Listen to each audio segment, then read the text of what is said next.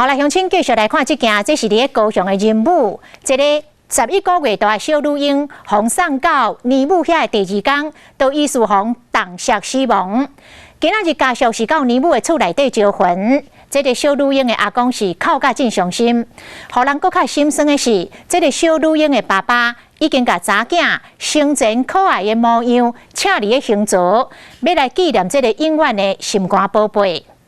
这个爸爸前一天伫网络顶发文章，讲这个检察官咧问笔录的时阵态度真歹，这检察官嘛特别去甲背回来承诺讲，会为这个小女婴讨公道。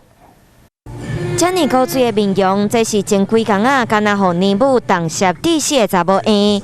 即马爸爸家伊的模样，插伫心中，怀念永远的心肝宝贝。这是妹妹的，心很痛，想说用刺青的痛来看能不能这样子先忘掉我们失去女儿的痛，这样。朱爸爸的眼神看得出真忝，为着甲查某囝插伫心上，用规暗的时间，嘛因为伤心过度，无法度去招魂。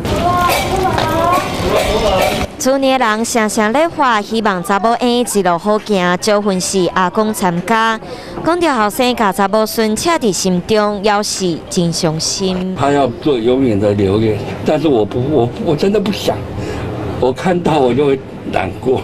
前一天，爸爸的朋友伫网络抛文，怨叹检察官精神的态度真歹，甲伊当作犯人质问。今仔日阿公讲，可能是有误会。每个检察官的问案真的是不一样啊，我也不会说检察官办案不好，是技巧的问题。即马检方嘛表示会听被害家属的意见，斗3天找出真相。